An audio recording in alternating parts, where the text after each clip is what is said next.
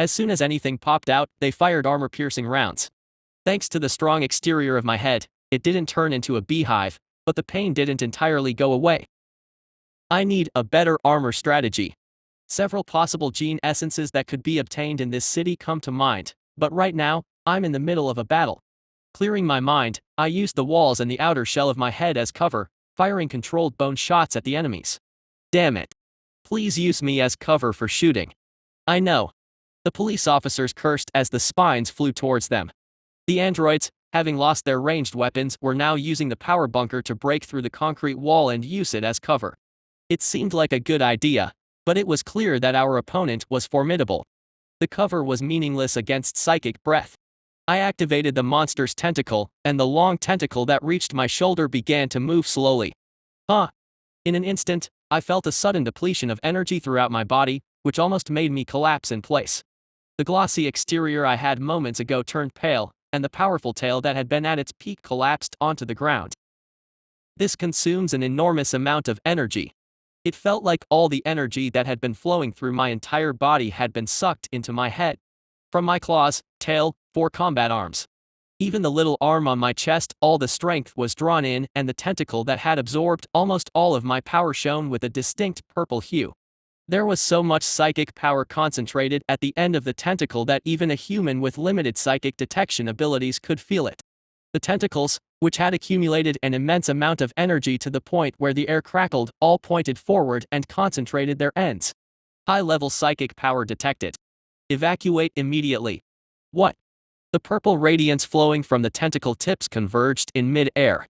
The enemies desperately tried to retreat, but it was too late.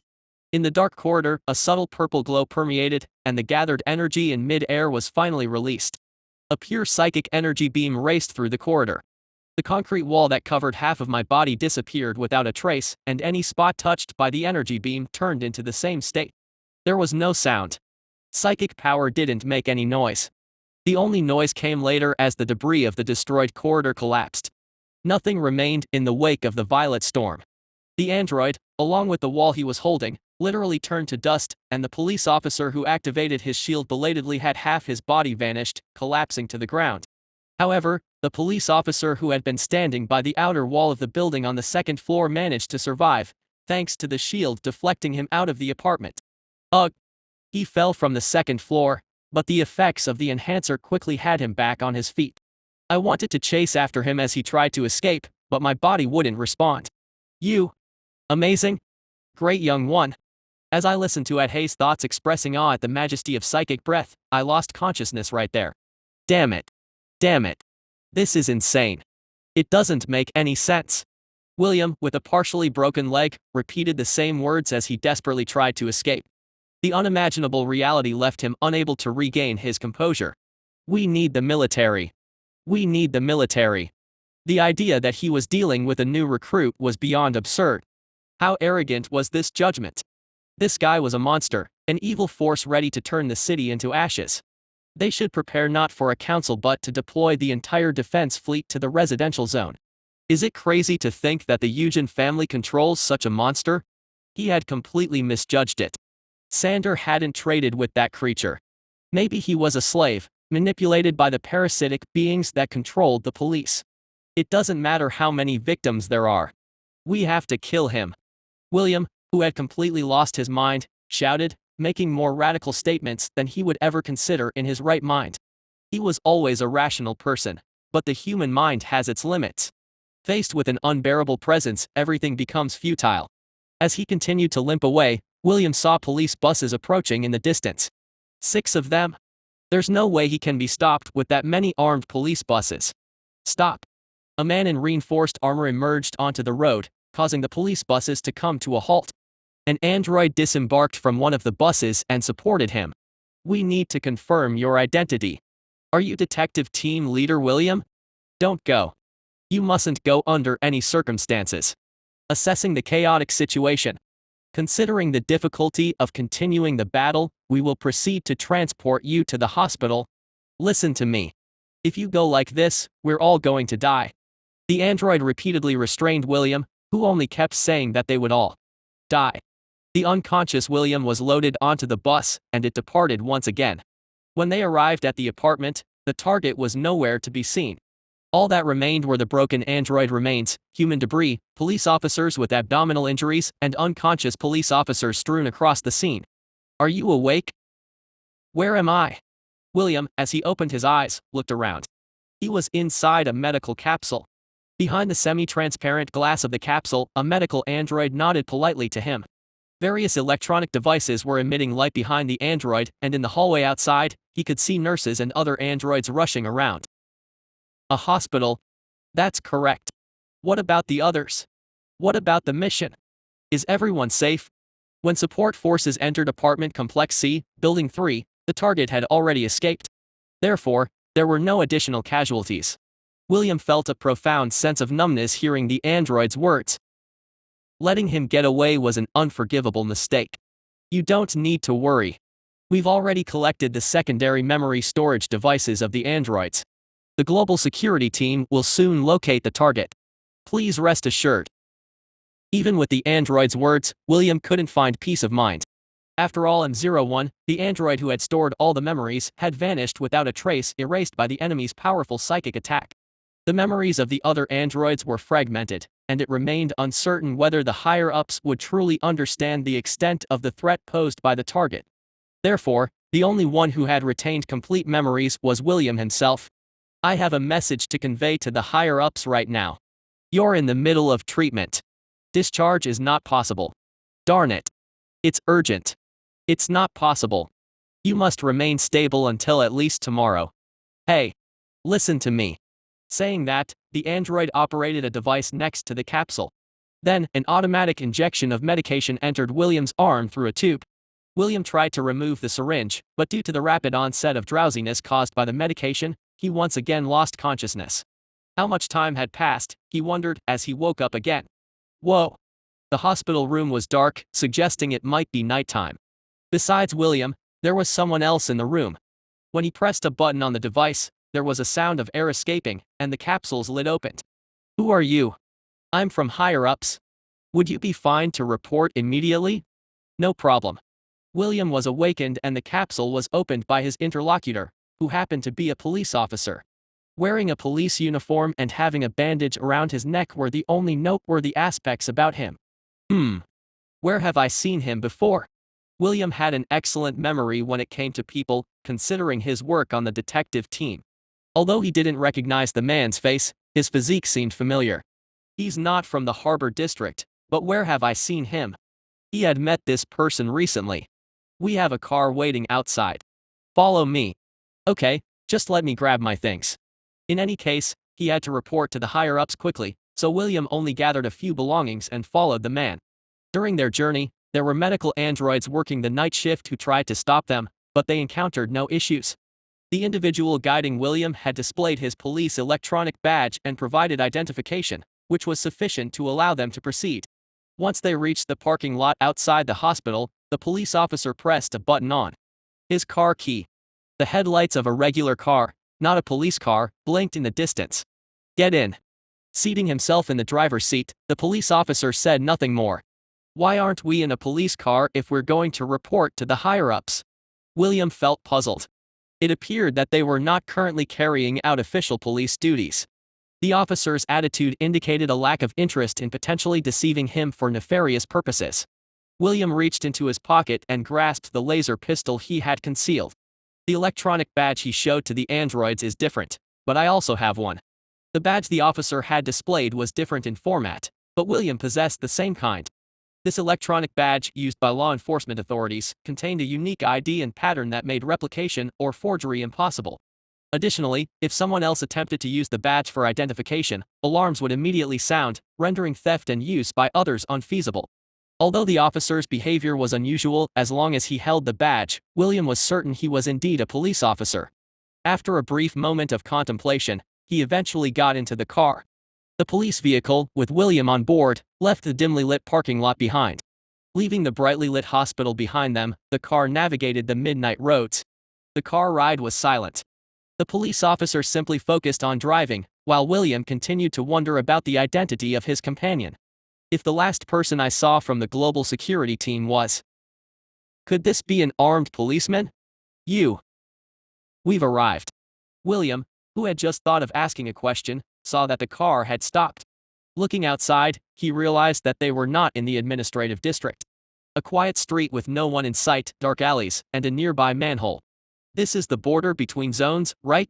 It was a place William was familiar with, serving as the border between the residential and harbor districts.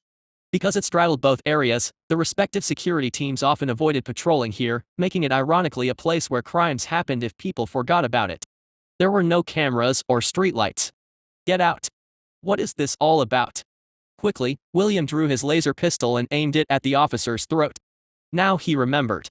The person with him was one of the armed police officers who had been dispatched to capture the monster at apartment C3. At that time, he had been wearing a helmet and a mask, preventing William from seeing his face clearly, but now he recognized him. Get out, and you'll find out everything. What do you mean? The officer, or rather, number 103, didn't offer any resistance. He just kept repeating that William would find out everything once he got out. What could it be? William had seen what had happened to number 103. He had shot his own colleague under the influence of an unknown organism. I'm sorry, Captain. What? It's already too late. In the dark car, he turned his head towards William and chuckled. Number 103 was looking at William's face, or more precisely, at what was behind him. Behind. Before William could turn to look, it was too late. The sound of the passenger window breaking accompanied a sharp object piercing William's neck from behind. As soon as he felt a stinging pain, he realized his entire body was paralyzed. He couldn't move a muscle, not even his fingers to squeeze the trigger on his laser pistol. Then a powerful force pulled him out of the car. He was thrown to the ground, but there was no pain. Finally, William came face to face with it. Four thick toes that resembled hooves at a glance, reverse joints that seemed completely different from a human's, and muscular layers to support the heavy body. A long, thick tail that seemed like it could be used as a belt dangled near the hip area. The legs were covered in armor-like outer skin from the waist to the chest. Small arms sprouted from the chest area. The creature had more than just arms. In addition to what would be equivalent to human arms, there were two pairs of arms positioned at the shoulders and armpits. While they resembled the smaller arms, they were much larger in size. Among the arms, the one beneath the left arm was uniquely different, featuring a long, rod-like structure in place of a hand. The fingers attached to the ends of the other arms numbered 4 and their nails were hook-like and sharp, making them appear highly threatening. Up to this point, the creature's appearance was already nightmarish, but what truly horrified William was its head. The head was reminiscent of reptilian creatures, but with 2 horns, an outer covering that resembled a helmet encompassing the entire head, and a cluster of tentacles at the back of the head. This creature could by no means be considered typical in any sense. Number 103 got out of the car and knelt before the creature. I've brought him as ordered. The creature briefly glanced at him, then turned its gaze back to William. The creature opened its mouth, revealing sharp teeth. I never miss my prey. The voice that flowed from the creature's mouth was eerily familiar. It was the voice of 112, one of the police officers who had entered the building during the operation. As the creature's head approached, William let out a scream. However, there was no one to hear his scream except for himself. Chapter 48. Samuel J. Sung, the head of the Earth Central Security Team's armed police force, was having a headache. It was all because of the young journalist sitting across from his desk. Her name was Kevin, a senior reporter from the Daily Mars branch located in the commercial district. I'd like to ask the team leader, who is the chief person in charge, about the recent riot incident in the residential district and the reasons behind it. I've already told you, I can't talk about that. You should ask the residential or harbor district for information about it. They told me to come see you, the head of the armed police team in charge of the operation. If you're not the one in charge, then who is? Oh, is it one of those secretaries running around outside? Jae Sung felt irritation rise at her impertinent tone, but he couldn't speak to her rashly. The Daily Mars was operated by the Zhao family, one of the noble capital families, and it was less than a week until the council. He was aware that the noble capital and prime capital families were constantly at odds, and as a third capitalian himself, if he caused trouble with a media outlet operated by prime capital, Layla would likely personally send him to the entertainment district. Do I have to handle this as well? Jae Sung had a pile of urgent tasks to handle, but the eccentric woman had no intention of leaving. It seemed like she wouldn't budge until he provided some information, so Jae Sung eventually gave in. I'll ask again. In the residential zone. Enough. I get it.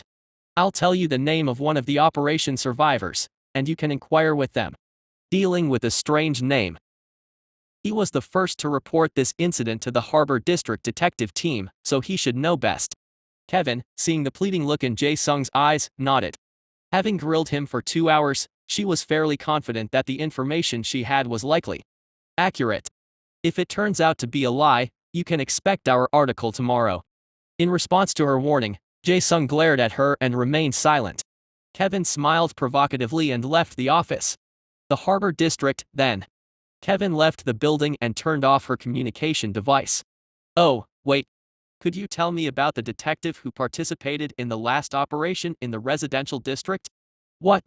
No, it's not about that. I just want to ask something. Yeah. You're on vacation today? Where? Uh-huh. Thanks. After turning off her communication device, she headed to the subway. Even though it was well past the morning rush hour, the station was quite crowded. As a city built above space, private vehicles were only allowed for government officials. Special-purpose vehicles could be used by hospitals, police, and other similar organizations. As a result, the subway stations were always crowded like this until it closed at 11 p.m. Kevin arrived at a subway station located in the residential district's administrative area. The destination the informant provided was not far from the station. Clean and colorful houses lined the streets paved with marble. Compared to other districts, it looked luxurious. Kevin whistled in amazement. Upon arriving at her destination after walking along the marble-paved sidewalk, she looked around the house before pressing the doorbell. The subject's house was clean, like the others, with one key difference: every window was covered with curtains. It was as if they didn't want anyone peering inside. It might become a big scoop, so I can't afford to miss it. Kevin was a typical megacorp reporter. In other words, she didn't care at all about what her interviewee thought as long as it served her scoop and promotion. If they are in a mentally difficult state, all the better. They would spill everything as soon as she asked. With a fake smile on her face, Kevin pressed the doorbell firmly. She waited for a response, but there was none. Huh? Seeing a car parked in the private parking lot, it was clear that the subject was at home. Kevin pressed the doorbell again. Still no response, but she didn't mind. She could keep pressing it until they came out. After 10 minutes of continuous ringing, a sound finally came from inside. Footsteps approached and the door opened a moment later.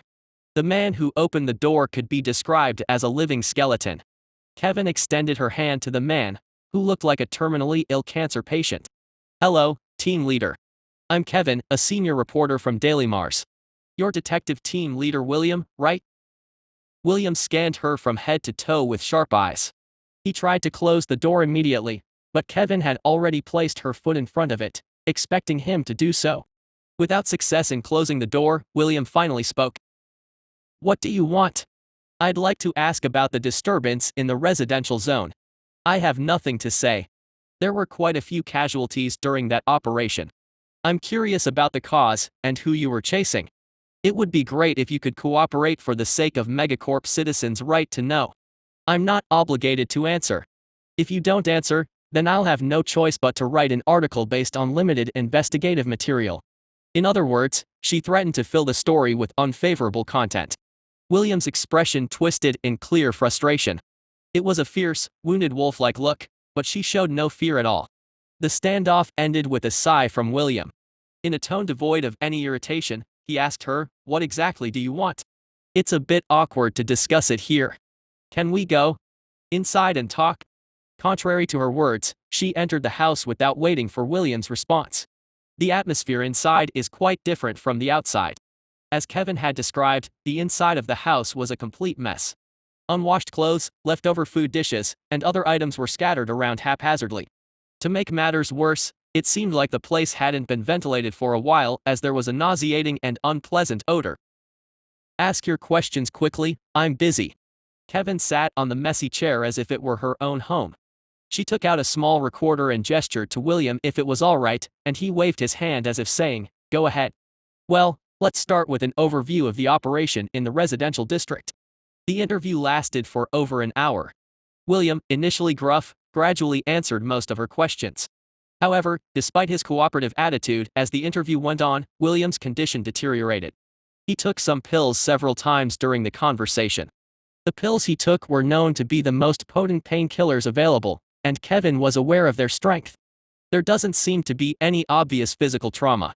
It's not even an antidepressant for PTSD, she thought. Even after taking the pills, he continued to press his temples with both hands. He pressed so hard that blood was almost oozing from his temples.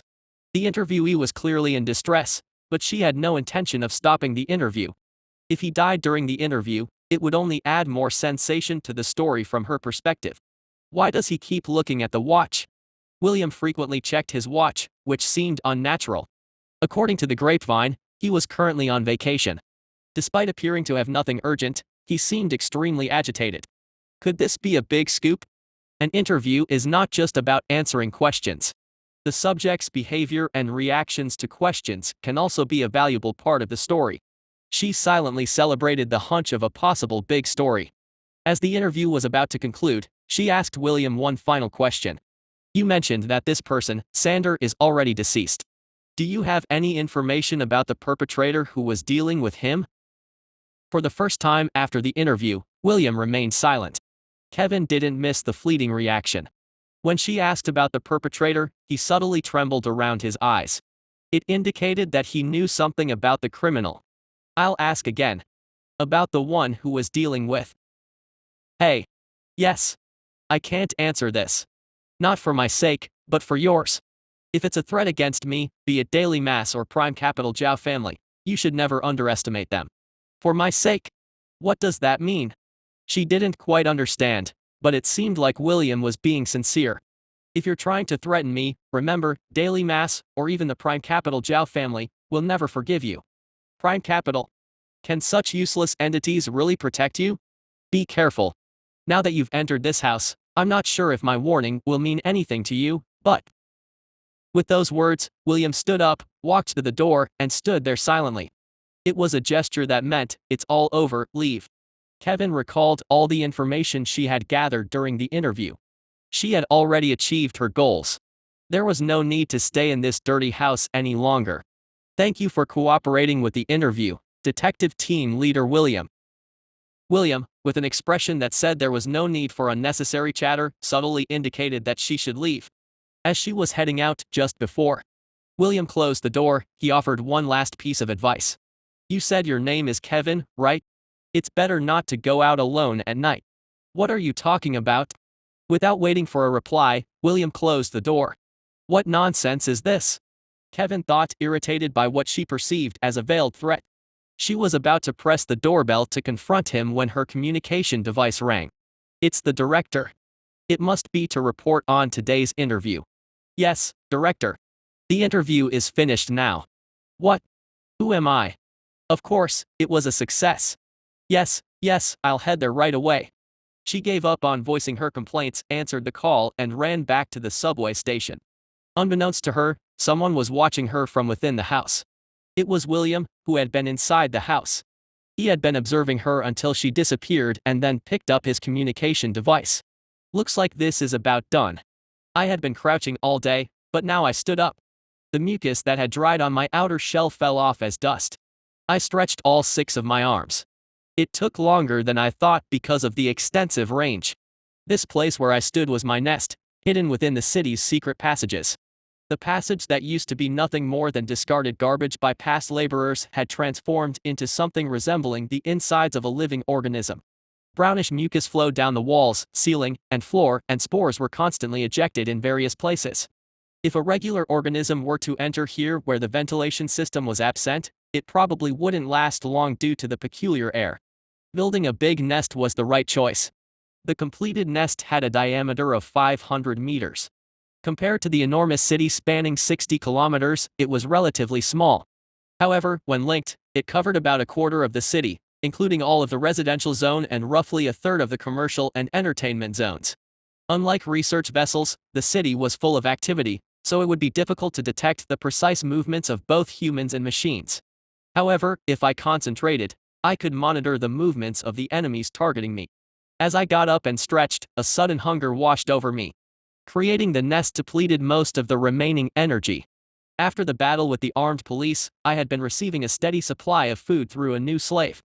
William, the head of the Port District's detective team. I didn't kill him after capturing him through Armed Police Unit 103. He's a clever one, so it would be a waste to just eat him. William was the only person who had found me independently and was one of the people who pushed me into a tough battle. In the long run, he was a useful person for me. At least compared to the mostly insane Unit 103, he was a much more useful slave. So that day, I spared William and instead devoured Unit 103. Seeing me eat a living person right in front of him, he had completely lost his sanity. Even before I implanted the parasite in his head, he had already fully submitted to me. Of course, his submission and the parasite were separate matters, so I implanted the parasite in his head. Like most people, he shuddered, but he offered no further resistance. Turning William into a slave allowed me to obtain all the information related to the broker he had, and thanks to that, I knew exactly where the smuggled organisms were stored in the containers. I didn't need to enslave the personnel of the materials management team or the contraband animal surveillance team. I could directly raid the containers. Well, I might need William's help when it's time to go. Since I couldn't do anything about the cameras, I was still relying on him. William, under the pretext of focusing on security in the Port District, had the authority to change the camera placements and android patrol routes at will. Within the Port District security team, he seemed to have a fair amount of influence, and there was no one within the team who doubted his intentions. Every time there was a change in cameras or patrol routes, he reported the surveillance's weak points to me. Thanks to him, I could easily roam around the Port District. Of course, I couldn't go to eat smuggled animals too frequently as it would raise suspicions, so I only did so once every 3 days. Today happens to be the day to get some smuggled animals. I was contemplating whether it was time to wake up the sleeping ones when a communication device lying on the floor started ringing. William. It was surprising to receive a call when it wasn't time to replace the parasite. Come to think of it, I've been receiving signals continuously since earlier. While I was building my nest, messengers from the parasites had flown over several times. They were reporting that my host would cause harm to me, so they would inflict suffering. It wasn't betrayal. The parasite within him was at stage 5. Even if he merely contemplated betrayal, he would suffer excruciating pain and die. The messengers from the parasite were more like a mild warning, considering this. Something must be going on. Let's answer. I answered the communication device with 103's voice. What's going on? There is someone pursuing the owner. Pursuing the owner? Yes. A journalist from Daily Mass, an agency operated by Prime Capital. Operated by Prime Capital? Media control, huh? That should be the Zhao family. The Zhao family, as per the setting, controlled the media, entertainment, and other media-related sectors through Prime Capital. They were a bunch of people who dealt with information itself rather than direct combat, which made them quite annoying in the game. Even on a planet with fewer than 100 residents, they criticized the governor. If they couldn't enter a planet directly, they'd launch satellites nearby to broadcast within the planet. This eccentric group had an overwhelming information network, making it difficult for players hostile to Megacorp to compete. I've been searching for a way to block their signals too. Here in reality, I was growing in a completely different way from the game, but ultimately, the time had come. A journalist, huh? If the opponent was a journalist, it was already decided that I needed to eliminate her. If I left her alone, she would be endlessly troublesome. They've taken photos of her with the cameras installed in the house. I will send the pictures via email. Then, an alert popped up on the communication device screen indicating the arrival of an email. I guess I'll have to deal with this side today. There was a woman with brown hair sitting at the dining table. She had no idea about the fate that awaited her, she simply smiled. Chapter 49. Chapter 49. If reporters have started looking for me, I need to finish this as quickly as possible. Being a profession reliant on social networks, journalists frequently share information among themselves. It's not safe to assume that only one person is investigating me. People who know me or have connections will multiply in no time. So, controlling them like parasites is difficult. It's not that they have a strong journalist's spirit or resistance. The reason it's difficult to control them is the same as why journalists can be a challenge to handle. It's all about social connections. As a profession, that involves meeting various people, some completely unknown or through networking. Any deviation from their usual behavior would quickly raise suspicions. In other words, it's more advantageous for me to use her as bait rather than turning her into a slave. I picked up the communication device again and asked William, what's her mode of transportation? She came on foot. She'll probably use the subway to cross the city. If she's from a newspaper, she's likely located in the commercial district. However, there are no newspapers around the manhole. If the distance is too far, it's not easy for me to go and get her. However, calling William to bring her poses its own set of problems. If she disappears, William will become the prime suspect. He's still a useful pawn. I kept him alive for a reason, and it would be a waste to lose him so soon. Wait, the subway. Some parts of the secret passage where my nest is located are very close to the subway tracks. There are cameras at the platforms, but no separate cameras on the tracks. Was there a part connected between the subway tracks and the secret passage? I don't remember such a place in the game, but this is reality. If there's a part close to the tracks and the secret passage, I can break through the wall to connect them. I hadn't considered the subway station before because there were too many cameras, but if I can access the tracks, my field of operation will expand significantly. The nest is complete. Let's check it out. I lay down on the floor and connected the auxiliary system under my chin to the nest. My senses were pulled and expanded by something. The link was established, and I began receiving information about the events happening in the city. It's noisy. The lives and movements of the inhabitants, in contrast to the static research vessel, felt incredibly chaotic due to the vast amount of information. The movements of trains heating the metal tracks, the sounds of people's footsteps, the breaths and coughs of those in the subway, the unpleasant scent of sweat and odors. The elements emerging from the city's veins stimulated my five senses. The subway is covered. Now, where's the point closest to the tracks? After expanding my senses and surveying my surroundings, I found several places where I could easily access the tracks with a little corrosion of the metal walls. Among these, there are 3 places I could attempt. 2 in the entertainment district and 1 in the commercial district. There were a few more points near the tracks, but I excluded them due to various issues.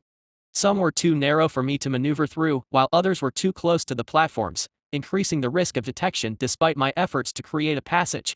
It seems to be related to the number of stations. In this city that I know, the entertainment district had the most stations, followed by the commercial district. I'll check the commercial district later after I break through the entertainment district. I disconnected the link and stood up.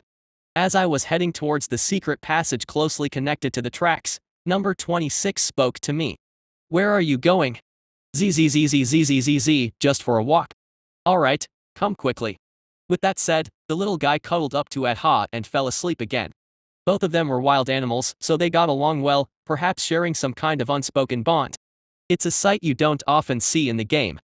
Amorph was naturally a race that forced solo play, and most other races I had tried were not very compatible with party play. Thinking about it, I've played more of a playstyle that destroys parties than participates in them. I've had my fair share of clashes that led to clan disbandment. When I used to fight on the forest planet, I was really at my best. Once, when I was just a lower-tiered entity, 4 major clans joined forces to surround me on a forest planet. Since there were many rankers involved, it was difficult for me to win. At that time, I used every possible method and trick that a morph could use. Many of the strategies I use in battles now were first used or developed during that battle. That fight helped me a lot. Of course, I'd never want to do it again. However, the clans that came to capture me fell for my trickery, fought among themselves, and ended up annihilating each other. 3 of the 4 clans disbanded afterward, and even the relatively intact clan suffered significant losses as its members mass quit, reducing their numbers from 100 to 60. It's ironic that I used to break up parties, and now I have companions with me. And all of this in a world where the in-game background became reality. As I reminisced about old memories while walking, I quickly reached my destination. I hadn't expanded my nest to this area in the residential district yet. Should I set up another one here too? Each time I evolve, the number of nests I can create increases by 2, so as a current pre-saint, I can create a total of 5 nests. I've already created 1, leaving me with 4 more. I should create 1 after devouring the journalist. I resolved to use the energy provided by this prey for a new nest and touched the wall. Compared to the other walls, the wall I touched transmitted the vibrations caused by the moving train more distinctly.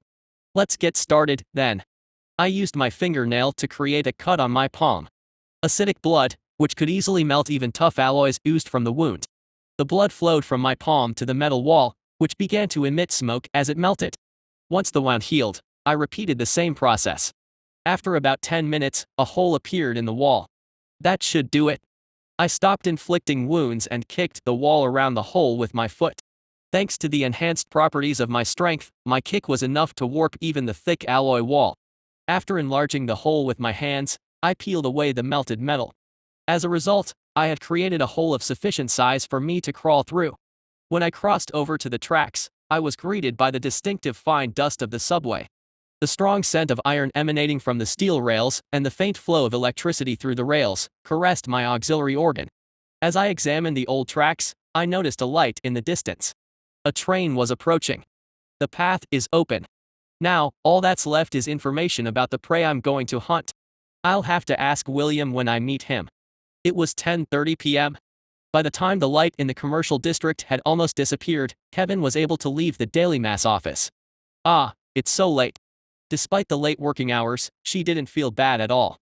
The office manager was very satisfied with the coverage she had brought, and she mentioned considering her promotion after the board meeting. Does a promotion mean I'll get into the administrative district? Or perhaps it could lead to her being transferred to a better planet, away from this wretched city. With such happy thoughts in mind, Kevin waited for the subway at the station. There was no one on the platform except her, but she didn't feel scared. The subway station was equipped with numerous cameras, and security personnel were watching for any issues beyond the camera's view. However, something unexpected happened that went against her common sense. The lights inside the platform suddenly went out. Ah! Kevin was startled and sat in place in the dark. While she remained frozen, a message came over the station speakers. We apologize. We are currently conducting power checks on the interior lighting of the subway station as part of the preparations for the board meeting. We will activate emergency power for those inside the platform. Please wait for a moment. The message played, and soon, red emergency lights illuminated the platform's interior. Damn, why are they checking the power at this hour? Kevin muttered while brushing her knees. Lately, the entire subway station had been conducting power checks during the last train hours as part of the preparations for the board meeting. However, Kevin had no way of knowing this, as it wasn't something typically known to the subway security staff. The red lighting created a somewhat eerie atmosphere inside the platform. Kevin clenched her bag tightly, waiting for the train. She was frustrated, wondering when the train would arrive. Anyway, when's the train coming? Huh? In her anxious gaze, Kevin spotted a man who had not been there a moment ago. He was standing on the same line as her.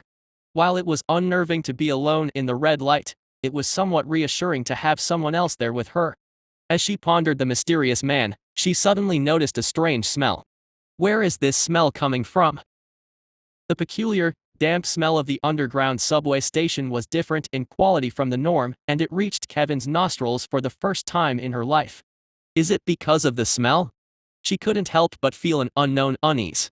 Come to think of it, when did that guy get in? The man was standing close to the staircase leading down to the platform. Even if he had arrived while the lights were off, shouldn't she have heard his footsteps if that was the case? It couldn't have been that he crossed over from the pitch-black railway tracks on the other side. It's strange how people's thoughts work. Trying not to think about something eerie only makes more unsettling thoughts surge. Maybe it's better not to travel alone at night. William's words suddenly came to mind. She swallowed hard and glanced sidelong at the suspicious person. And then, she was startled. Unbeknownst to her, the suspicious man had turned his body to keep an eye on her. The man who had been observing the side where she stood began to move. He slowly approached her. Oh, please don't. She wanted to run away, but her body had frozen, leaving her unable to move. Her colleagues at Daily Mass referred to her as Lunatic Kevin. It was a nickname she earned because she fearlessly pursued special news stories, regardless of who the subject was. In reality, she wasn't that brave. The reason she could act this way was due to her belonging to the Daily Mass organization, and even more so, the aura of the Zhao family.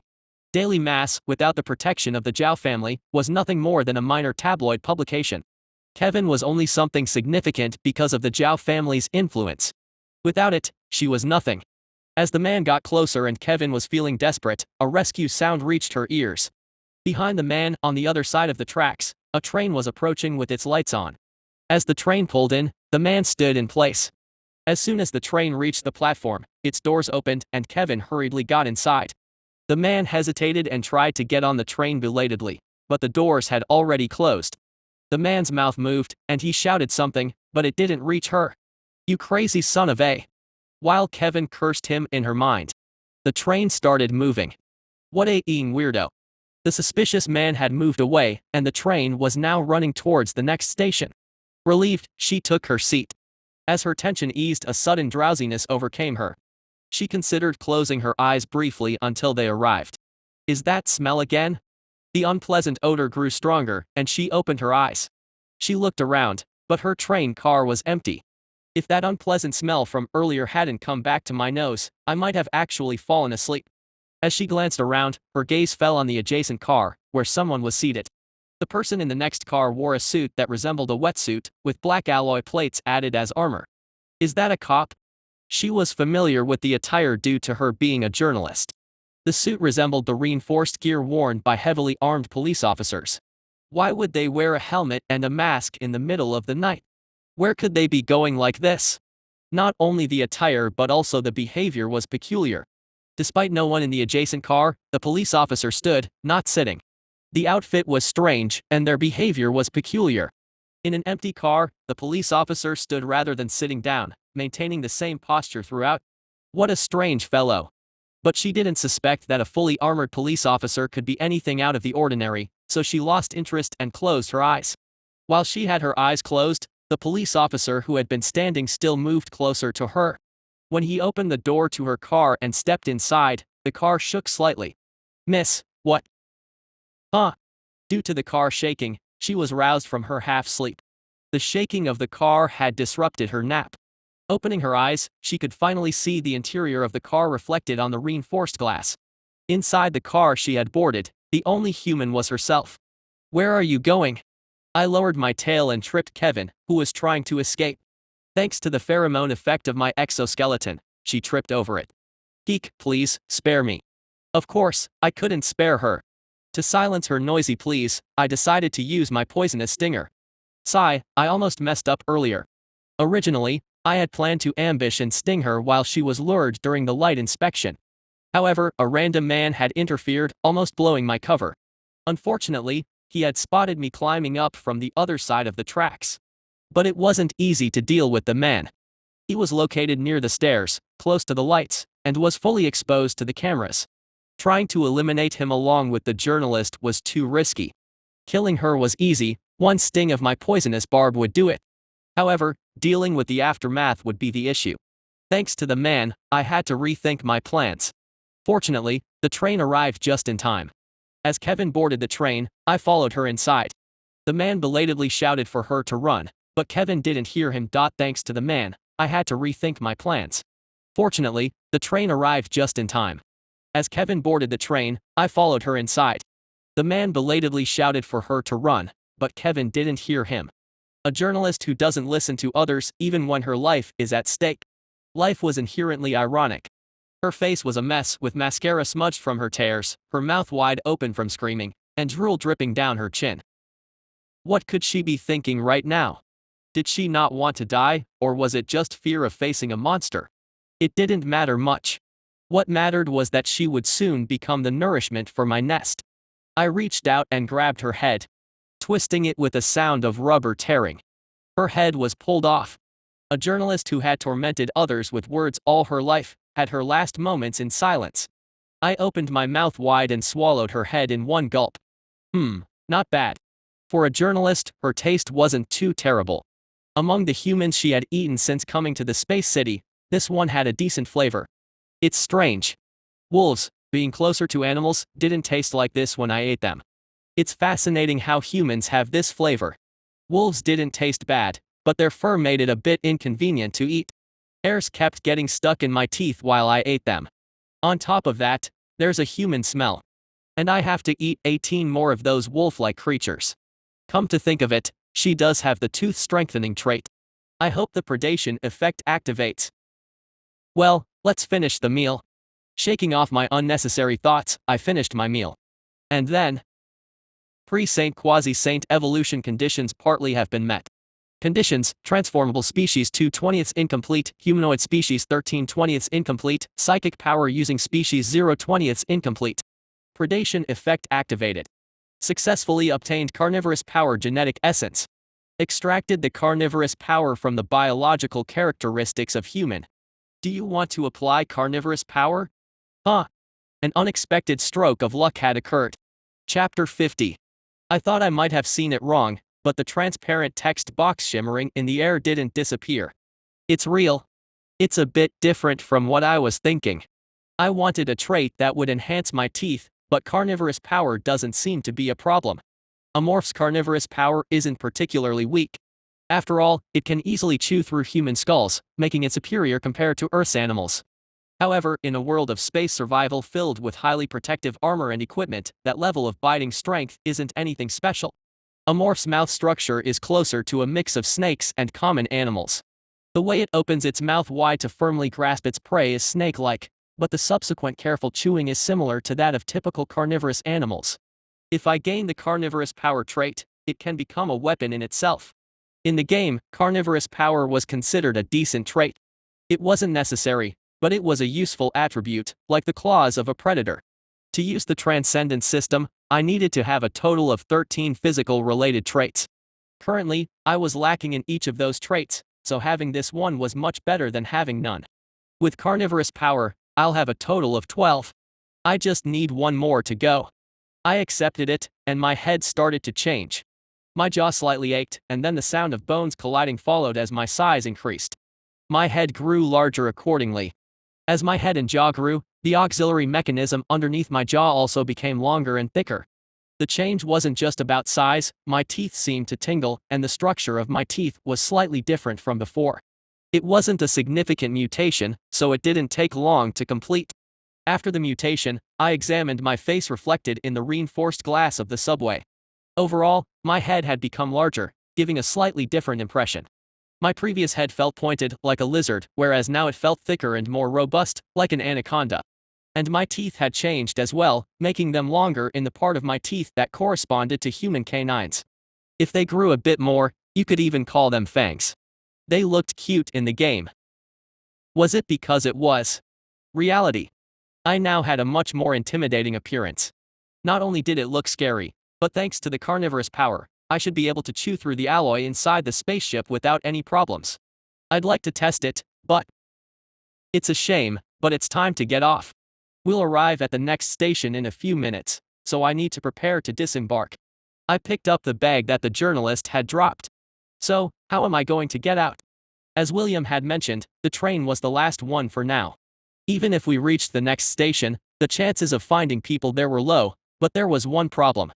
The man from the platform earlier. When the train was departing, judging by his demeanor, it was highly likely that he had reported me. Back when I was on the platform, I had already activated my camouflage mechanism, so he probably saw me as a police officer rather than a monster. Not being seen as a monster was fortunate, but the issue was that he saw me crawling from the tracks to the platform. I should open the door on the opposite side of the platform. A few moments later, a broadcast announced that we would be arriving at the station soon. I crossed over the car and moved to a car as far away from the platform as possible. The moving train gradually slowed down, and the sharp sound of friction between the wheels and the tracks echoed. Just as I expected. With my body crouched down, I looked out the window. In the distance, subway security personnel were waiting for the train. I grabbed the door on the opposite side of the platform with my combat arms. Thanks to a morph's robust strength, the door opened easily. Before arriving at the platform, I jumped out of the slowly moving train. It might be different if I was running at full speed, but I could easily endure this level of impact. Landing safely on the tracks without any special equipment, I moved quickly before they could board the train. What's going on? Hey, this door is open. What are you talking about? Ignoring the startled security personnel's voices, I crawled into the darkness of the tracks. When I returned to the nest, numbers 26 and Adha were awake. Number 26 was playing with spores, and Adha was grooming its wings with its tentacles. Number 26, who saw me, greeted me by emitting light from his body. You're back? ZZZ yes. Big baby, something's different. Number 26, who noticed the change in me, approached me.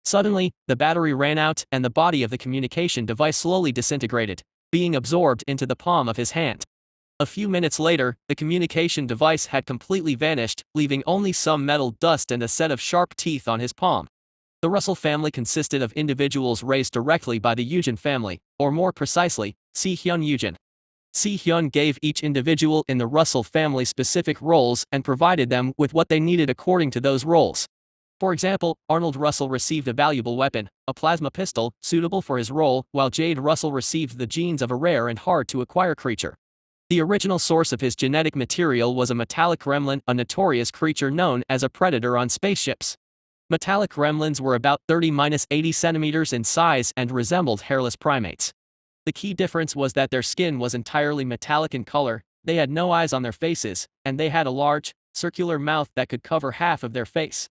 The grotesque appearance of the metallic gremlins aside, what made them the symbol of dread for the crew were their habits. These creatures gathered in swarms, floated through space, and sought out their prey. And the prey of the metallic gremlins was metal. Drifting through space, when they encountered a spacecraft, they immediately clung to the outer hull and ruthlessly tore and devoured the metal with their voracious, lightning-fast mouths. Their speed was so swift that even a massive battleship, if caught by a group of metallic gremlins, would be reduced to a mere skeleton within a day. These formidable creatures were challenging not only due to their threat but also because of their small size, making them difficult to detect on a ship's radar, even with advanced technology that struggled to distinguish them from space debris or small asteroids. Furthermore, even if they were discovered early, their bodies, composed of metal, made them resilient to laser weapons. This often led to cases where a presumed dead gremlin would later launch another assault. As a result, many spacecraft continued to be the prey of metallic gremlins, leading to the inevitable end of their operational life. If it weren't for the Eugen family, extracting and using the genes of these threatening creatures would have been unthinkable. Thanks to this ability, escaping was not difficult. While he was imprisoned, he used the abilities of the metallic gremlin to break free. After that, he received help from his comrades, underwent plastic surgery, and had been in hiding until now. I need to retrieve Galagon. Jade stood up from his seat. It was time to prepare for the mission his owner, Si-hyun Eugen, had entrusted him with. The container where Galagon was stored was protected by a high-level encryption, but it didn't matter. With his abilities, he could easily unlock it. Jade took out another communication device and contacted the colleagues who had been in hiding with him. They needed to keep Galagon in a deep freeze until Si-hyun Eugen arrived. Let's get going. Everything was perfect, or so he thought. That's why he didn't anticipate what was about to happen.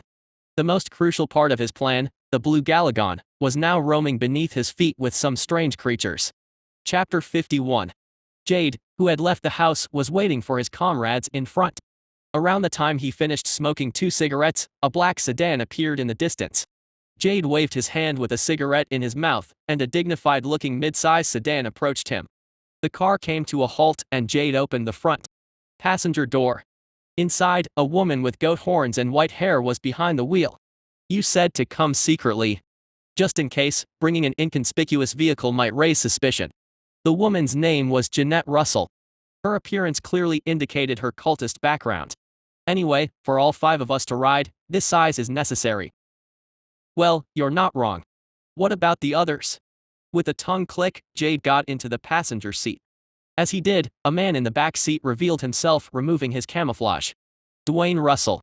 I received orders and have returned. It's been a while. With a gloomy appearance, Dwayne Russell, a lanky man, had been assigned the role of a sniper among Eugen's subordinates who had infiltrated this place. That's why he was wearing an enhanced suit with optical camouflage effects added. Originally, an advanced enhanced suit was something akin to powered armor. However, the suit Dwayne was wearing had been modified at great cost to the point where it couldn't be compared to the original. In return, its defensive capabilities had significantly decreased to the level of an intermediate enhanced suit. But that wasn't a significant issue since Dwayne's role was to support his teammates from the rear. All that's left are Frost and Hope. Frost is in the entertainment district, and Hope is. Here he comes. A man with a sporty haircut, Hope Russell, was carrying a cello bag and heading their way. Hope went to the back of the car and tapped on the trunk. Open it. It's an expensive car, you know. Jeanette grumbled as she opened the trunk. Hope, who had put the cello bag in the trunk, sat in the rear seat. It's been a while, everyone. No problem with the weapons, right? Of course not. To be honest, I'm not sure if we'll even need them. Don't let your guard down. You never know when an unexpected incident might occur. Yeah, Mom. Dwayne, my man, how have you been? Hope casually brushed off Jade's advice and struck up a conversation with Dwayne, who was sitting next to him. Ugh, that bastard is annoying every time I see him. Why are you picking a fight again, you bitch? Jeanette, don't talk nonsense. Let's just get going. Got it. The Russell children, who had infiltrated the T&C Special Trade Center, always operated as a team. With over dozens of operations performed together, they could rightfully be called a veteran team. Jade is right. Soldiers must always be prepared. Dwayne Russell had the most soldier-like personality among the team members. He was responsible for rear support and sniping. What's the point of those weapons? They're useless if we run out of ammo. Superpowers are way better than that. Jeanette Russell, the focal point of the group, was not only a cultist but also possessed an incredibly powerful and rare ability. You stubborn bastard. You'll come to your senses when a grenade explodes under your ass. Hope Russell, who handled various weapons but specialized in using explosives, was a hot-tempered individual. However, in combat, he was more reliable than anyone else. You guys fight every time you meet. The leader and demolition specialist, Jade Russell. Thanks to receiving the metallic gremlin genetic material from Si-Hyun Yujin, he could destroy almost all types of metals. Lastly, there was Frost Russell, who played the role of the vanguard in the team, although he was not present at the moment. They each had their own specialized roles and, having operated together for a long time, they had a well-established synergy. However, it was difficult to say they had a good relationship with each other. Jade, who played the leadership role, was the only one who got along with everyone, while the others had a more distant relationship with each other. They're fine during missions, but outside of that, they're always like this. Nevertheless, they were all professionals and had clear boundaries between work and personal matters. So, Jay didn't intervene much in their interactions. The car speeding through the late night came to a halt near the entertainment district's border.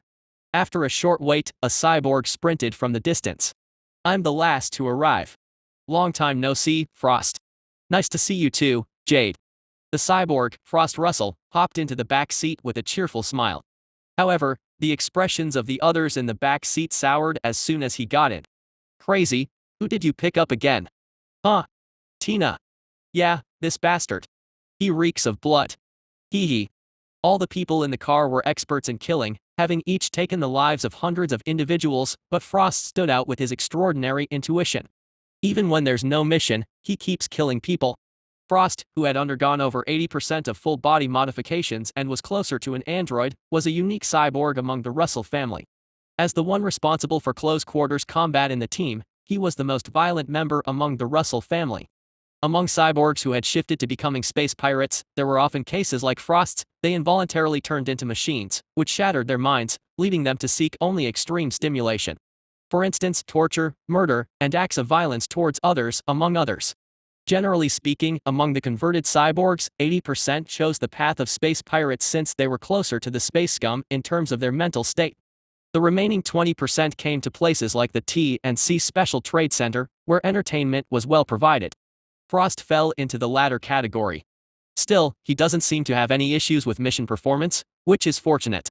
Frost was known to selectively kill only those who could be killed when not on a mission, so Jade wasn't particularly worried. The constant smell of blood emanating from him was a burden, though. We've arrived. Jade, lost in thought, was interrupted by Jeanette. Through the front passenger window, they could see a stack of containers piled high. Get out and get ready, everyone. While the other team members checked their equipment, Jade approached a chain-link fence surrounding the cargo yard. He grasped the fence with his hands, and as he stood still, there was a snapping sound as the fence began to tear. Is this enough? Now, there was a hole in the fence large enough for 3 people to enter at once. Jade crossed the fence and entered the cargo yard. After completing their checks, the other team members followed him. Where should I go? It's this way, Dwayne. As always, you're in charge of rear guard duty. Yes. With his response, Dwayne's body dissolved into thin air, becoming a shadow. Excluding Dwayne, the rest of the group walked with Jade through the forest of containers. Thanks to the metallic gremlin gene, Jade could easily distinguish which container he was looking for, even if they all looked the same from the outside. The rest of the team followed Jade through the forest of containers. Thanks to his metallic gremlin genetics, Jade could easily distinguish which container he was looking for by the metallic scent, even if they all looked the same. He guided the team effortlessly, as if he were reading a map. Soon, they arrived at a container and Jade placed his hand on a terminal. As his hand touched the terminal, sparks flew from the device, and then, with a solid click, the door inside the thick steel wall opened. Inside the container, Jade, who had just stepped in, felt something was amiss. Normally, there should be a cold sensation due to the cryogenic chamber where the Galagon is stored, but the inside of the container felt warm. What's going on? Jade, with a sense of unease, quickly rushed to the cryogenic chamber and opened the lid. Is this the right place? Following him, Jeanette entered, and Jade couldn't say anything in response. There was nothing inside the cryogenic chamber. This is the container containing the mentioned creatures. William, who has been summoned by me twice, still maintained a polite attitude. Whenever he had negative thoughts about me, the parasite in his brain caused him pain. Despite his politeness, he regularly took painkillers, likely because he harbored considerable resentment towards me. Why doesn't he just give up? Suddenly, I became curious about what kind of traits I might gain from eating William's flesh. Of course, there was no guarantee that I would get a 100% genetic essence, but if I did, what kind of traits would manifest? This is the epitome of human nature, isn't it? Even with a significant amount of pain, William continued to resist attacking me. His determination to keep fighting, even though he knew he was going to die, was remarkable. He was better suited for this than being a pirate quartermaster. I should hope he loses his usefulness. Whether William knew that I was trying to consume him or not, he simply lowered his head, offering no resistance. Enough of that. Where should I check? I shifted my focus away from William and opened the container. Inside the container were 30 waking woods. Waking woods were plant-like creatures that lived on jungle planets, similar to plantisans. About 30 centimeters in size, these cute and fairy-like waking woods were sleeping inside cryogenic capsules, completely unaware of the danger they might be in. They were popular in the game too. Just like bubble amoebas were popular due to their appearance, waking woods were also loved by many for their small and cute appearance. There were even enthusiasts who collected waking woods, so it wasn't surprising. I had also hunted down many waking woods in the past. In my case, it was not because of their cuteness but rather because of the traits they possessed. The trait that waking woods had was natural healing, which was a component of the regeneration trait I possessed. When an amorph obtained more than one trait with similar effects, the one with the higher effect took precedence. In other words, if I had both natural healing and regeneration would be the active trait. However, situations where regeneration didn't work against attacks that nullified the trait were rare, so natural healing didn't come into play often. So, for now, it's not necessary. Having natural healing wouldn't be immediately beneficial to me. Of course, it could serve as material for the transcendent system, but it didn't provide significant advantages otherwise. That's why this time, I decided to give it to number 26. Perhaps a prey with healing-related traits might aid in its growth. If the outcome of the mutated bubble amoeba's evolution was a sea demon, then it would consume and evolve through consuming other creatures on the same planet with the same habitat. Therefore, providing it with prey from the oceanic planet was the best choice. While there weren't any aquatic animals among the smuggled creatures, that didn't mean I was giving up. I formed a new hypothesis. Could consuming a creature with specific genes or traits lead to evolution? So far, number 26 had consumed various creatures without showing any significant changes. This indicated that obtaining nutrients was a separate process. Reflecting on the circumstances surrounding the increase in its tentacles, it had only happened when it defeated Si Hyun Yujin and when it consumed smuggled animals. Both instances had no significant relation to marine creatures. It seemed that powerful enemy hunting and consuming special creatures were the conditions for growth, similar to amorphs. That led me to believe that the evolution into a sea demon might also involve acquiring specific traits. Therefore, I intentionally chose creatures with self-healing abilities, similar to deep-sea creatures. Now, let's begin by examining the traits of the prey. I called number 26. ZZZZZZZZZZ, hungry? It's time to eat. Yeah. Number 26 rushed to the cryogenic chamber as if it was hungry. Using its tentacles, it operated the terminal naturally, just like I did. It seems like it's learned. Perhaps it had become smarter as it grew.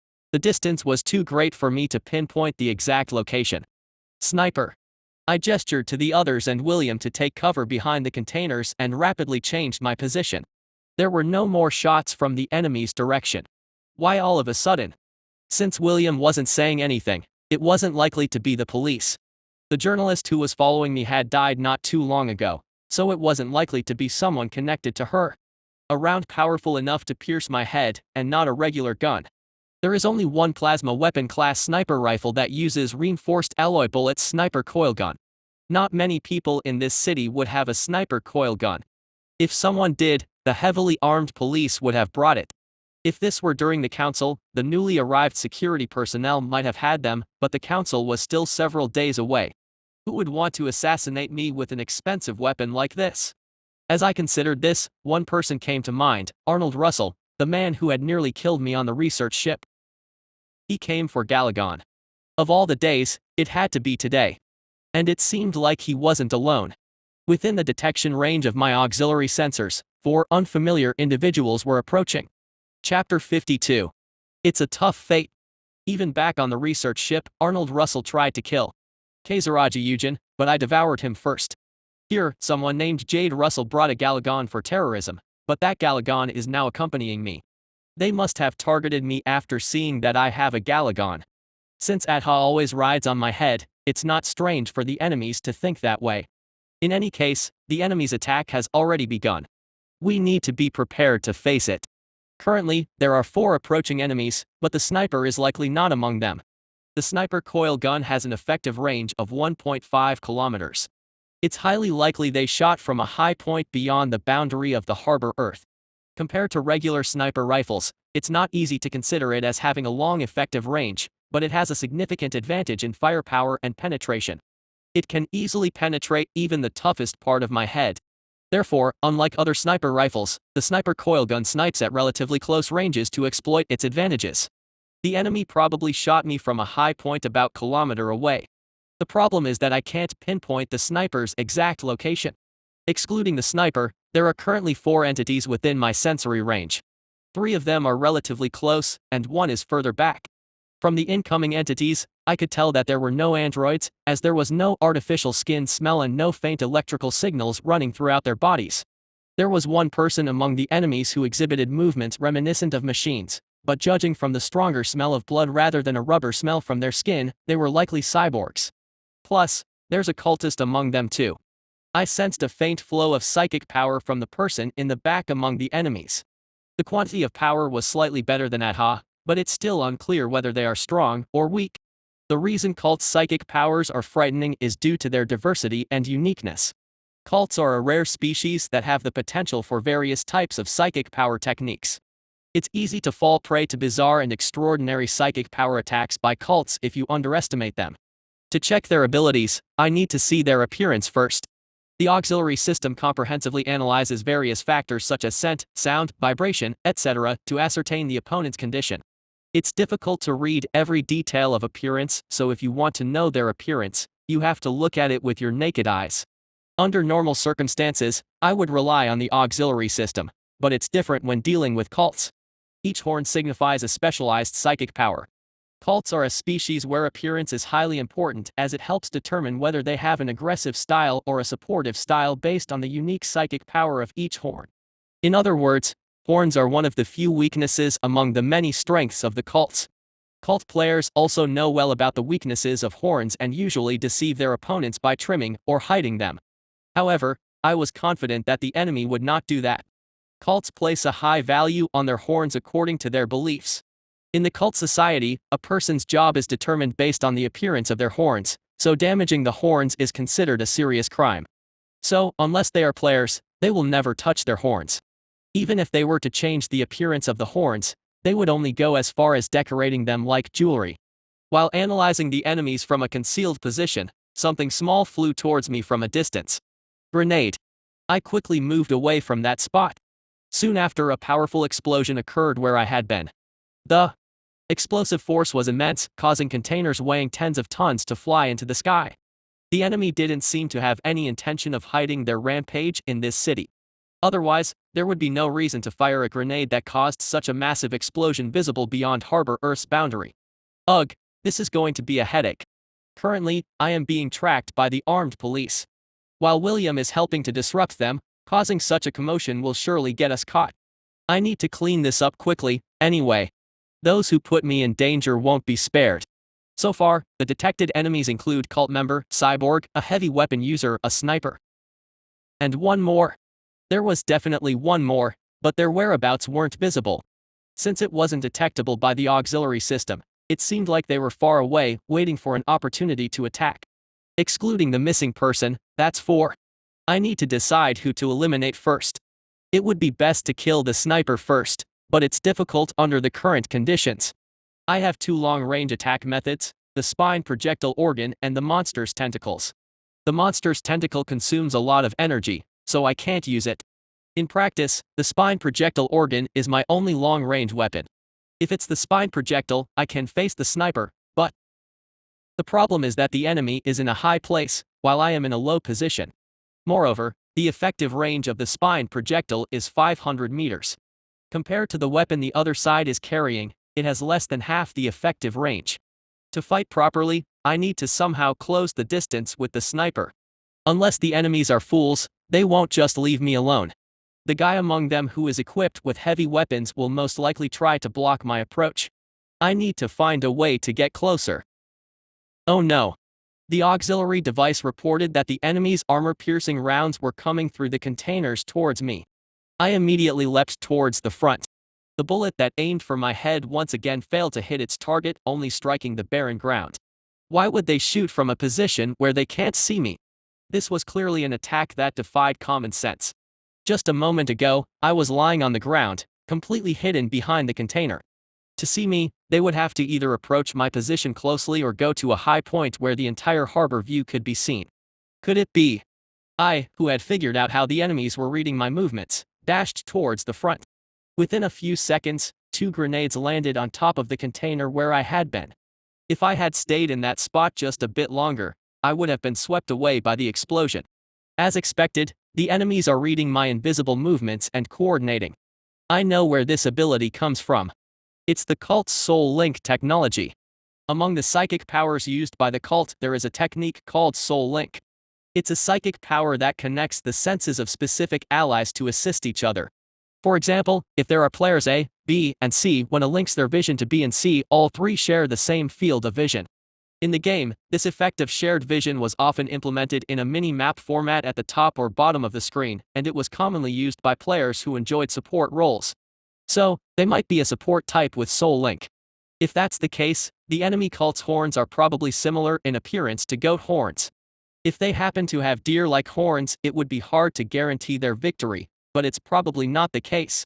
It seems all the enemies are sharing their vision. Coincidentally, the effective range of Soul Link is up to a radius of 700 meters, centered on the caster. It automatically disconnects if you go beyond that range. So, the sniper attacking me is most likely doing so from a location not far from the effective range of the Soul Link. I can speculate the sniper's location, but while jumping between containers, the enemy's attacks didn't stop. Due to their indiscriminate attacks, the number of containers containing the genetic essence I need was rapidly decreasing. I should deal with the heavy weapons specialist first. If this continues, there won't be a single genetic essence left for me. While running, I fired the spine projectile organ behind me. The sharp, icicle-like biological bullets flew towards the enemy's head. The enemy wasn't wearing protective gear on their body. There was no way to avoid my bone spikes. Or so I thought, but my expectations were wrong. Hee, I can't just let it happen like that. The cyborg, wearing thick gloves, deflected the bone spikes with a hammer. I was more surprised by the extraordinary reflexes of the opponent than the toughness of the hammer. They deflected it. For a cyborg to exert such strength, they would have to replace most of their body with machinery. This was a level that you wouldn't see outside of the Star Union, and I didn't expect to encounter such a formidable opponent here. These enemies are no joke. I had never anticipated encountering such a strong adversary in such an unexpected situation. I need time to regroup. If I continue like this, I won't even be able to retaliate once. Just as I was thinking this, an enemy protected by the cyborg fired a grenade at me. Damn it. I was a moment late in dodging, and I was caught in the explosion. While my outer shell had some resistance to fire, it couldn't completely negate the pain. I grit my teeth and kept moving despite the burning pain. Damn bug won't die. Ignoring the enemy's profanity, I took cover behind another container. While the enemy was reloading the grenade, I quickly assessed the abilities I had. Due to that cyborg and the cult member, using the spine projectile attack won't be easy. The serrated tentacle? It would render me defenseless if I used it in combat and got sniped. But getting into close combat isn't a good idea either. Since close combat with spine projectile is difficult, my usually handy neurotoxin attribute is sealed. Wing attribute is hard to use because of the sniper's presence. Is there any way? Suddenly, an idea came to mind. Fortunately, the container containing it was nearby. I moved to a large container not far away. I didn't have the luxury of opening it gently, so I used my teeth and combat arms to tear the door open. As expected, a huge beast was sleeping behind the iron bars inside the container. The creature, about 6 meters long including its tail, was covered with an outer shell that looked like it was made of metal, and it had 6 legs as large and thick as an elephant's. It was a baby mountain crawler, the offspring of the creature I had devoured, which was listed in the ledger created by the cyborg loss, the second cyborg I had eaten since coming to this city. I bent the iron bars with my combat arm and entered the container. Inside, I activated my parasitic colony. Parasites that crawled out of my fingertips entered the mountain crawler's ear canal. Grumble. Whether it was due to the strange sensation caused by the parasites or the animal's instincts, the mountain crawler woke up. Its 4 large eyeballs looked around, then fixed on me. Grrrr. Whether it was the animal's instinct or the influence of the parasites, it didn't resist me. The creature's exoskeleton was much tougher than my outer shell. It still had a weakness in the lower part, where there was no armor, as it was a baby, but it was a living tank, to say the least. I commanded the creature through the parasites. Go out and rampage to your heart's content. Grrrr.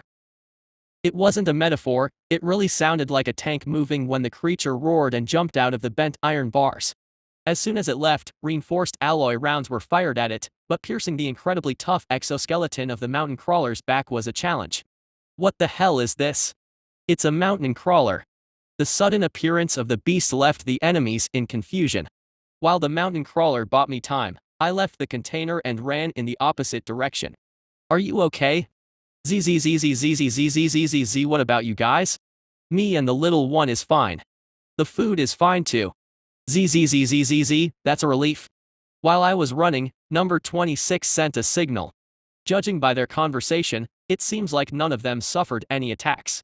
Considering that the enemies came here to find Galagon, they seem to have put the attack on Atha on hold. The problem is 26th and William. Enemies are unlikely to overlook anyone other than Atha. They'll try to eliminate me as soon as they have me under control. Honestly, I don't know about William, but number 26 is a useful entity to me. In the current situation, it's not easy for me to protect number 26. It has to fight alongside me. It must have grown stronger. It's hard to gauge number 26's level, but it has definitely improved since before. I'd like to observe its strength in a safe place, but that's not possible right now. I have no choice but to test its strength in battle. I also need to handle the situation with their field of vision. Even if I concentrate on the auxiliary system, I can only sense 3 individuals among the enemies. The sniper is far away, so I can't detect them, but there is one missing. There's definitely more than one person in charge of the field of vision. Cult is in charge of the link, and there's someone who provides a wide field of vision to everyone. Among the enemies targeting me, there are 2 who handle the field of vision. Right now, the sniper and 3 others are focused on the mountain crawler. This means that the defense of the remaining one is weakened. Of course, they probably have some hidden cards on their side, but in the current situation, there's no other choice. Having made my decision, I sent a signal to number 26. ZZZZZZZZZZZZZZZZZZ, help that one, not me. The big one. ZZ, yes. And the big baby? ZZZZZZZZZ, I have something to do. After instructing number 26 to help the mountain crawler, I headed towards where the hidden enemy might be. It's not difficult to guess where the guy is hiding. My position among the massive containers can be easily detected, but when I'm inside the container, I can't tell what he's up to. The enemy is watching us from a very high place. And in this container yard, there's only one place that's really high. The container crane. There's someone up there sharing their field of vision and overseeing the battlefield. I could send ATHA and number 26 over there. The reason I didn't do that is because of a few factors. First, we don't know what kind of ace card the enemy has up there. Second, it's not them but me who's experienced in this kind of combat. Even in games, there were more than a couple of enemies who used this kind of field of vision sharing to target me. Fighting against such opponents, I learned one thing. A way to effectively train those who depend on each other's field of vision. Using Galagon to turn this city into chaos, huh? They're terrorists who came to the space city to spread fear and chaos.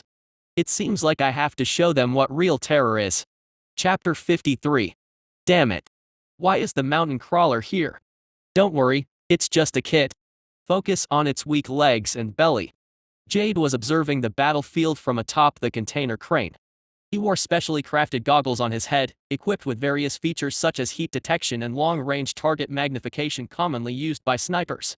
Jade invested heavily in this equipment to enhance coordination with his teammates. Hey, Tin Can. I've got its back, so aim for its legs. Are you sure? I'll keep an eye on the bastard. Frost, I'll provide sniper support. As Jade had anticipated, his teammates quickly adapted to dealing with the mountain crawler.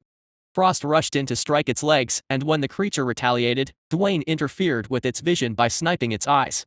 In the meantime, Hope showered it with grenades. Grrrrrrrr. The mountain crawler, just a wild animal, had no choice but to succumb to the relentless teamwork of Jade's group. The creature's cries of anger and injustice echoed even to this distant location. But where did it go? Jade suddenly realized that he couldn't see the creature anymore. He had overlooked its movements while concentrating on the mountain crawler. It must be nearby. To find the most dangerous monster that Jeanette had warned about, Jade manipulated his goggles. When Dwayne first spotted the guys with Galagon, Jade ordered to kill the unidentified man first. It wasn't a carefully considered command. Throughout their hunting experience, the most dangerous enemies were humans, not monsters. However, Jeanette objected to Jade's order. The truly dangerous presence was not the man but the monster carrying Galagon on its head, she claimed. As a cultist, Jeanette sensed a flow of psychic power from the guy that she had never encountered before. According to her, among the psychic powers she had witnessed in her lifetime, this one was the most ferocious and majestic. It was the first time Jeanette had made such a statement, and Jade was momentarily puzzled. If he could extract the guy's genes and transfer them to Si Hyun Yujin, she would undoubtedly become much stronger. Capturing the guy alive would also help the lady, but... However, Jade was well aware of how dangerous the unidentified psychic power could be. If the capture attempt failed, it would be a real disaster. So, he ordered Dwayne to target him first. Though the ambush failed, we can still keep him out of our sight. Huh? Strange sounds reached Jade's ears as he searched for the guy. It sounded like the wind, and at times, like the vibrations when a levitating car approached. Where is this sound coming from? Scanning around the crane revealed nothing unusual. Jade called Dwayne, who wore similar goggles. Dwayne, check around the crane. New enemies. They're supporting the mountain crawler. Aren't those the guys we saw earlier? The ones with Galagon. Hastening to reevaluate the battlefield, Jade spotted Blue Galagon, just as Hope had mentioned. Behind him, a large balloon rising to thigh height followed. A gaunt man hiding behind a container at a slight distance also came into view. Having found the Galagon he was looking for, Jade quickly picked up his communication device. Don't attack Galagon. If he gets hurt, the mission is a failure. What should we do then? We agreed to deal with them later because of Galagon. It wasn't a significant problem if Galagon got hurt. As long as he didn't die, they could somehow treat him. The problem is that Blue Galagon can call his kin. Although the Galagon in the city wasn't the one, Jade had heard about an incident where they incurred significant losses while trying to rescue another Blue Galagon. At that time, 2 white Galagons and 1 black Galagon appeared to save the Blue Galagon. Due to them, they suffered tremendous losses, losing 10 warships. I don't know if it's fortunate or not, but the guy I brought along seems unusually quiet. Whether the heavens were helping Jade or not, the creature still hadn't called its kin. However, they couldn't predict how long the creature's patience would last. They needed to quickly stun it and put it in the cryo container. Looks like we'll have an adventure here. Determined, Jade gave orders to his teammates through the communication device. The plan was to deal with them after securing the area, but we have no choice. Eliminate everyone except Galagon. Only need to be cautious with Galagon? Alright. Yeah. Hope, be careful with the grenades. Got it, Mom. Wait, there's something wrong with that pink balloon. What? Jade's attention turned to the creature that looked like a balloon at Jeanette's urgent transmission. The appearance of the balloon-like creature was different from earlier. Fins had appeared beneath its round body, and 6 long, slender tentacles sprouted from its body. As the monster shook its tentacles, Frost, who was confronting the mountain crawler, froze in place. Oh my god. Psychic power. This is insane. Is this creature also a psychic monster? Frost. Get back immediately. Unable to move due to the psychic power, Frost took the mountain crawler's charge and was thrown far away. Don't worry. Frost has replaced his skeleton with black silver, so he'll be fine. That's right. That tin can has a reinforced skeleton, so he'll be okay. Hope. Activate the shield right away. I'll reinforce it. I'll switch to AP anti-psychic rounds. Hey. Galagon is about to attack. Do not attack Galagon. I repeat. Do not attack Galagon. Damn it. The appearance of new enemies kept the communication busy. The whole team was in chaos due to the balloon using psychic powers, and Jade was no exception. So, he didn't realize that a giant monster was flapping its wings above his head. Number 26 is putting up a good fight. I watched from the sky as they battled. Number 26, in coordination with the mountain crawler, skillfully defended against the enemy's attacks. Thanks to our shared hunting experiences, it supported the fight against the unfamiliar monsters effortlessly. Since Adha was of the Galagon species, it effectively countered the enemies with psychic attacks. Of course, since the enemies had a cultist as their allies, they were prepared for psychic attacks. Among the enemies I encountered, their defense against psychic abilities was one of the best, if not the best. That's an AP round on the shield. Unlike the inferior equipment brought by the armed police before, what these beings carried was a genuine shield attached to advanced reinforced armor. If it weren't for that shield, number 26's massacre would have unfolded, leaving much to be regretted. The cyborg seems to have been upgraded with black silver. Black silver is a metal that weakens the effects of psychic powers, and it is one of the main materials for shields. If it were another cyborg, their upper body would likely have separated due to number 26's psychic attacks. However, this cyborg, perhaps due to the upgrade with black silver, could resist psychic powers, though not move freely. Normally, the soul link would have been nullified by black silver as well, but the enemy seemed to know about that too and had prepared countermeasures. Unlike the teammates, the cultist wore a tiara on her head instead of goggles. Ring of Enhancement. It's an artifact that enhances the psychic power abilities of a psychic. Thanks to that tiara, even the cyborg with black silver embedded in its body could be soul-linked. They've brought everything. It seemed as if an experienced player had recommended this setup to a beginner. No way. That can't be. I brushed away my thoughts and slowly descended behind him. He focused only on the battlefield in front of him. Quietly approaching him from behind, I used one of my combat arms to block his mouth. After blocking his mouth, I grabbed his right arm with another arm and twisted it. He trembled in pain, but it wasn't over yet. His limbs were unnecessary for my plan. Ugh! The creature, whose limbs were twisted in an instant, foamed at the mouth. It seemed like he wanted to scream or signal to his allies, but it was futile. Currently, I was holding his head, keeping it fixed in the same position as before the assault. Thanks to this, the enemies thought his vision was shaking, thinking he had been attacked in some way. Soul Link is released when the subject loses consciousness or moves out of the applied range. This also means that I can take advantage of enemies who are soul linked as long as I avoid the release conditions. I maintained the state of holding him and slowly descended with the crane. I mimicked the movements as if he was grabbing the ladder and descending normally. It was an impossible plan for a regular human, but thanks to the body of the Amorph, which had more arms and transcendent senses compared to humans, it was possible. Captain. What's wrong? Why did you come down all of a sudden? Voices of perplexed teammates came from the communication device. However, the owner of the communication device was not in a position to respond. When I was first sniped, It was highly likely that the enemies had already prepared for our members. One human and one Galagon. They probably assumed there was an unidentified monster. If there were more humans among us, or if I were at least an intellectual being, the enemies might have questioned the current situation. Humans can be threatened to move forcibly, after all. But the only human among us is over there, shivering and hiding next to the Galagon. Therefore, they only think that their teammate is acting unpredictably, and they don't even consider the situation where the monster is holding and moving him without killing him. Of course, unless the enemies are fools, they would recognize that there's a problem with the teammate and try to respond. And it's precisely their logical actions that I'm aiming for. Jade. Answer me. Dwayne. Jade is heading your way. The line of sight doesn't reach. Check it out right away. Off. The man I'm holding seems to be Jade Russell, the man who brought the ATHA to this city. I haven't seen his face in detail yet because facing him directly would reveal my identity. I had a feeling it was him, and it turned out to be true. Off. Jade, or rather, the man, tried his best to convey this fact to his teammates even though his limbs were twisted and he was being held by me. I can't just leave him like this. I bit his shoulder. The neurotoxin coursing through my bodily fluids burrowed quickly into his body. Startled like a goat, Jade, frozen stiff, became silent with that. With the doll-like limbs whimpering, I moved on to the next target. Next is the sniper.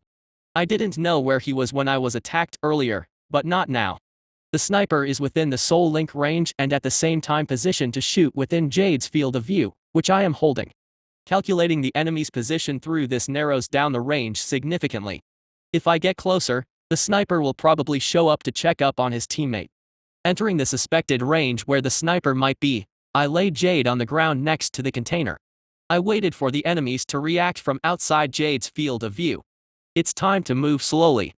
Since the sniper is likely sharing his sight with Jade, he should quickly figure out where Jade is. I focused on my auxiliary senses and continued to monitor the surroundings. After a few minutes, my auxiliary senses detected movement. It was an agile movement, almost mistakable for a mouse or cockroach. It's him. Quietly, I maneuver to avoid being caught in the agile sniper's line of sight. Most likely, the sniper, like Jade, wears equipment that assists their vision, so I need to stay away from this spot. This should be far enough. Keeping a certain distance, I hid in the shadows and waited. The sniper approached cautiously, like a mouse aiming for a piece of cheese in a trap. Even though it was a distance where he would gradually become visible, his figure was not seen. Instead, I could feel through my auxiliary senses that the opponent might be wearing optical camouflage gear. Well, it won't matter if I hit his head. When he stops moving to check Jade's condition, that would be the opportunity. The mountain crawler is taken care of. The rest won't be much longer. Bad news came through Jade's communication device. If the mountain crawler is dead, number 26 and ATHA won't last much longer. No, let's trust them. I shook my head despite the negative thoughts. From my experience so far, number 26 is not weak.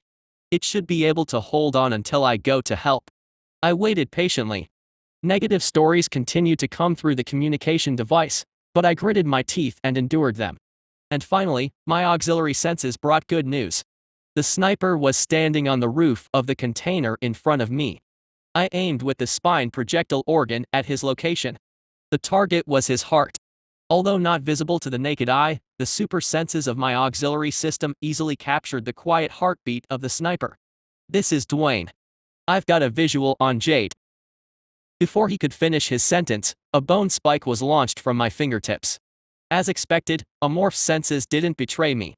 The sniper didn't get to finish his sentence before he crashed down into the container. Chapter 54. Cough. The sniper, who had fallen from the container, spurted blood. His heart was pierced, and he crashed onto the ground, but the expression on his face wasn't one of pain, it was confusion. He couldn't comprehend why he ended up like this. He had no idea where the attack came from or who shot him. The troublesome sniper, who had annoyed me, died without solving the mystery. What happened? Dwayne's link got severed. Confirming the sniper's demise, I approached Jade. Currently, Jade found it challenging to move his eyes due to my neurotoxin. Consequently, he had to watch his teammate die without any filter. How would he process the fact that a teammate died because of him? Would it be more agonizing than having limbs broken? Would he ignite with a vengeful desire against his teammates, or would he resign, anticipating his own demise? To die? There's still a long way to go. His suffering wasn't over. I planned to hunt down all his teammates he brought here before killing him. I grabbed Jade's body, turned his gaze in a different direction, and went towards the sniper's corpse. The advanced reinforced suit that the sniper wore reverted to its original state. Although it might seem that there's not much difference between advanced and intermediate reinforced suits based on their names, in reality, there's a significant gap. For example, while the intermediate suit looks like regular clothing, the advanced suit is closer to a kind of powered exoskeleton. The equipment the sniper wore was a high-tech armor. It seems he sacrificed defense for multiple options. I wanted to examine it further, but it was a battlefield. I lost interest in the reinforced suit and focused on the corpse. Let's go with the right hand. With my combat arm, I grabbed the right hand of the corpse and pulled it straight.